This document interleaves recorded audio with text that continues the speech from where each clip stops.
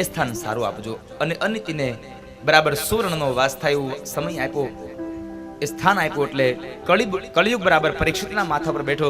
પરીક્ષિત ત્યાંથી નીકળે છે અને શમીક ઋષિના આશ્રમમાં જાય. જ્યાં શમીક ઋષિના આશ્રમમાં જાય છે તો શમીકના આશ્રમમાં ગયા પછી શમીક ઋષિ ધ્યાનમાં બેઠા છે એટલે રાજાનું સ્વાગત થયું નહીં.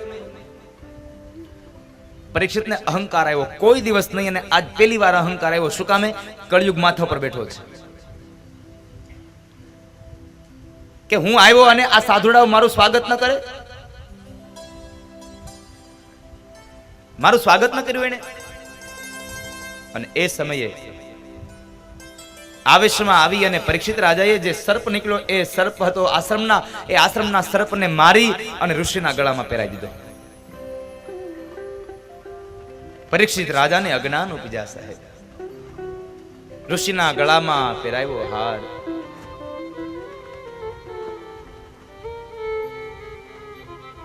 પરીક્ષિત રાજાને અજ્ઞાન થયું. અને જ્યારે માણસ અજ્ઞાનમાં ઘેરાઈ જાય ને ત્યારે ન કરવાના કર્મો કરે છે.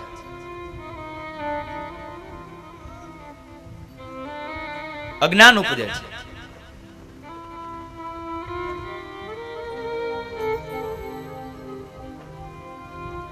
એ અજ્ઞાનને લઈ અને મરેલો સર્પ ઋષિના ગળામાં પહેરાવ્યો. અને ઋષિના ગળામાં સર્પ પહેરાવીને માણસ નીકળી ગયો. પણ આ બાજુ ઋષિના પુત્ર શમીકના પુત્ર શુંગીને ખબર પડી કે મારા પિતાશ્રીના, મારા ગુરુદેવના ગળામાં કોઈ કે મરેલો સાપ પહેરાવ્યો છે. અને એ સમયે શમીક ઋષિના પુત્ર શુંગીએ પાણીની અંજલિ ભરી પોતાના તપોબળને લઈ અને ભગવાન સૂર્યનારાયણને સાક્ષી રાખીને કહે છે કે જેણે મારા પિતાશ્રીના ગળામાં હાર પહેરાવવાને બદલે મરેલો સર્પ પહેરાવ્યો છે એને આજથી 7મે દિવસે તક્ષક નાગ દંશ દઈ અને મૃત્યુ થાજો.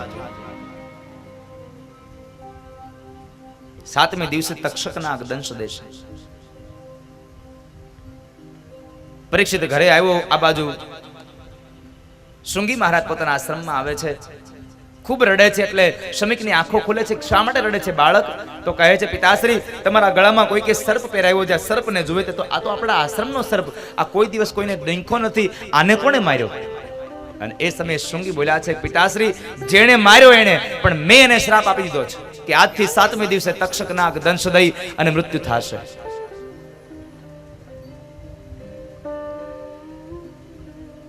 પરીક્ષિત મહારાજે રાજમહેલમાં આવી અને મુગટ ઉતાર્યો. જ્યાં કળિયુગ માથા ઉપરથી નીચે ઉતર્યો એટલે મતિ ફરી પાછી ભ્રમ થઈ અને વિચાર આવ્યો કે મારાથી ન થવાનું કર્મ થઈ ગયું. આ શું કર્યું મેં? એકદમ ફરી પાછો શમીક ઋષિના આશ્રમમાં આવે છે. શમીક પાસે પ્રાર્થના કરે છે બાપજી મને માફ કરી દો, મારાથી ભૂલ થઈ ગઈ, મારી ભૂલ થઈ ગઈ, મને માફ કરો.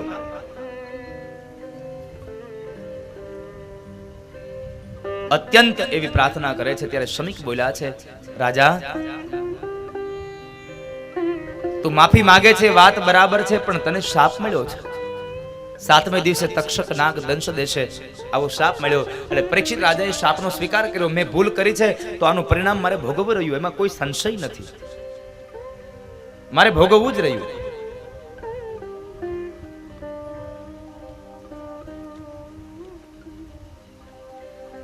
પણ પરીક્ષિત પ્રાર્થના કરતા કહે છે બાપજી આ શાપમાંથી મને મુક્તિ મળે એવી કઈ કૃપા કરો. શમીક બોલ્યા છે રાજા હાથમાંથી જીવનમાંથી નીકળી ગયેલો સમય અને મોઢામાંથી નીકળેલા શબ્દો કોઈ દિવસ પાછા ન લઈ શકાય. માટે હવે આ શ્રાપ મિથ્યા નહીં બને, શાપ તો ભોગવવો જ પડશે.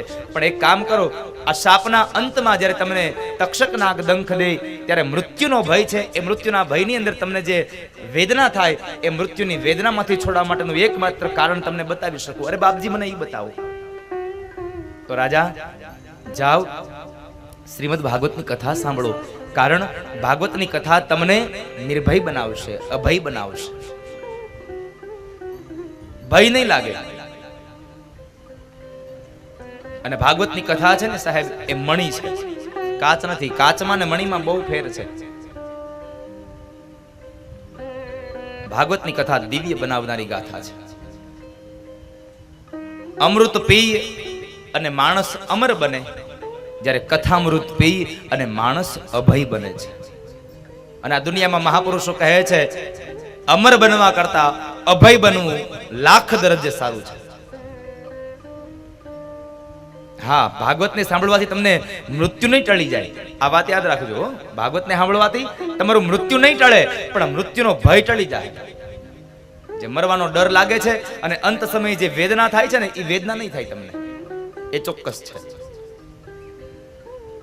ભગવાનનું નામ લેવાતું હશે તો.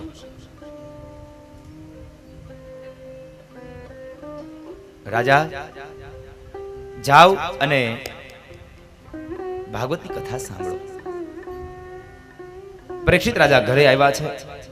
પોતાની રાજગાદી પોતાના ઉત્તરાધિકારી એવા જન્મેજય આદિ રાજાઓને દીકરાઓને સોંપી દઈ અને પોતે ઘરનો ત્યાગ કરી અને પોતે ગંગાના કિનારે જઈ અને બેઠા છે. આ ત્યાગ કરવો ને એ બહુ અઘરી વાત છે. ત્યાગવું ને એ બહુ અઘરું છે. માણસ બધું કરી શકે પણ ત્યાગી ન શકે કઈ. હા, અમુક એમ કે મેં આ મૂકી દીધું છે, હવે હું આ નથી ખાતો, પણ એવું ન હોય.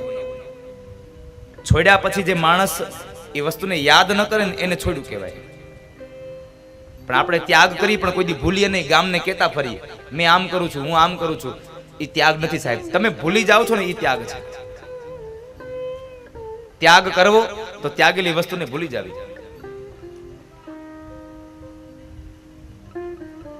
ત્યાગનો મહિમા હોય છે. જિંદગીમાં જો ત્યાગ કરવાની ઈચ્છા થાય તો એવું ત્યાગ કરવું કે કોઈ દિવસ એને યાદ પણ ન કરવું, ભૂલી જવું. એવો પ્રસંગ છે, બહુ સત્ય ઘટના છે.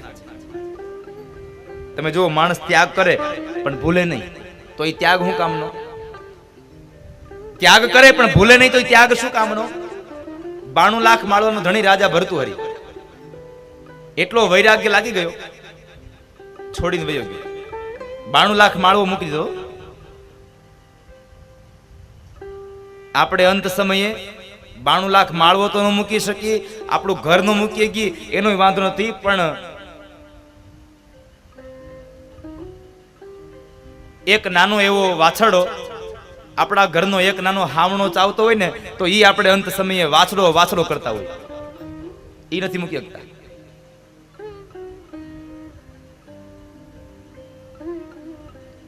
આ તો ત્યાગની વાત છે. 92 લાખ માળવાનો ધણી રાજા ભર્તૃહરિ 92 લાખ માળવો મૂકી, સંપદા મૂકી અને એને વૈરાગ્ય લાગી ગયો. સ્મશાનમાં જઈને રહે છે. સ્મશાનમાં રહે છે. જ્યારે સ્મશાનમાં રહે છે ત્યાં પણ એક નિયમ છે કે જ્યારે ગામની અંદર કોઈ માણસનું મૃત્યુ થાય અને જ્યારે ડાઘુ આવે, શબને બાળીને વયા જાય, ત્યારે શબને બાળવા આવે ને ત્યારે હારે ખીચડીનું પાત્ર લાવે. એક પાત્રમાં ખીચડી લાવે, એક પાણીનું પાત્ર લાવે, આ મૂકીને જાય. એટલે રાજા ભર્તૃહરિને નિયમ કે જ્યારે કોઈ માણસનું મૃત્યુ થાય અને જે ખીચડી આવે ને એ ખીચડી ખાવાની, એ પાણી પીવાનું, બાકી જ્યાં સુધી કોઈ બીજું મૃત્યુ ન થાય ત્યાં સુધી ભૂખ્યાને તરસા રહેવાનું, ભગવાનનું જપ કરવાનું. આવો ત્યાગી માણસ સ્મશાનમાં રહે. એક વખતના સમયે સાંજના સમયે ભગવાન શિવ અને ભવાની નીકળ્યા. એટલે ભવાનીની નજર બરાબર રાજા ભર્તૃહરિ ઉપર ગઈ. એટલે ભવાનીએ કીધું, પ્રભુ જુઓ તો ખરા દુનિયાનો કેટલો મોટો ત્યાગી માણસ છે. સૌથી મોટો ત્યાગી માણસ આ છે. એક કામ કરો ને, આને ત્યાગનું પ્રમાણપત્ર આપી દો ને. 92 લાખ માળવાનો ધણી બધું મૂકી અને સ્મશાનમાં રહે છે. ન કરે ખારો આશ્રમ ન બનાવી શકે કે હાલો ભાઈ મારી સંપદા છે, પેલા હું આશ્રમ કરી લઉં અને પછી બધું મૂકી દઉં? નહીં, એને કાંઈ ન બનાવ્યું અને સ્મશાનમાં રહે છે. આને ત્યાગનું પ્રમાણપત્ર આપી દો. ભગવાન શિવ કહે છે, ભવાની ત્યાગનું પ્રમાણપત્ર એમને ન અપાય. અરે પણ પ્રભુ શું ન અપાય? આ 92 લાખ માળવાનો ધણી આ બધું મૂકી અને સ્મશાનમાં રહે, કેટલા દિવસ ભૂખ્યો રહે, આ ખીચડી ખાય, પાણી પીવે, વળી પાછો ભૂખ્યો રહે, તમે એમ કહો છો ત્યાગનું પ્રમાણપત્ર ન અપાય? નહીં ભવાની, ન અપાય. ભગવાને ના પાડી. એટલે ભવાની બોલ્યા છે, આમ પણ પ્રભુ તમે કોઈ દી મારી વાતમાં હા પાડી ખરી? અને તમે જે દી હા પાડશો ને તે દી આકાશમાં સૂર્ય ઉગશે નહીં, ફાંડ ઉપાડીને આવશે. તમે મારી વાત માની કોઈ દી? અહીંથી ચાલુ થાય, પછી ક્યાં જઈને ઉભું રહે કઈ નક્કી નહીં હો. બપોર રોટલી બને નોય બને. આ તો ભાઈ ઝઘડો છે.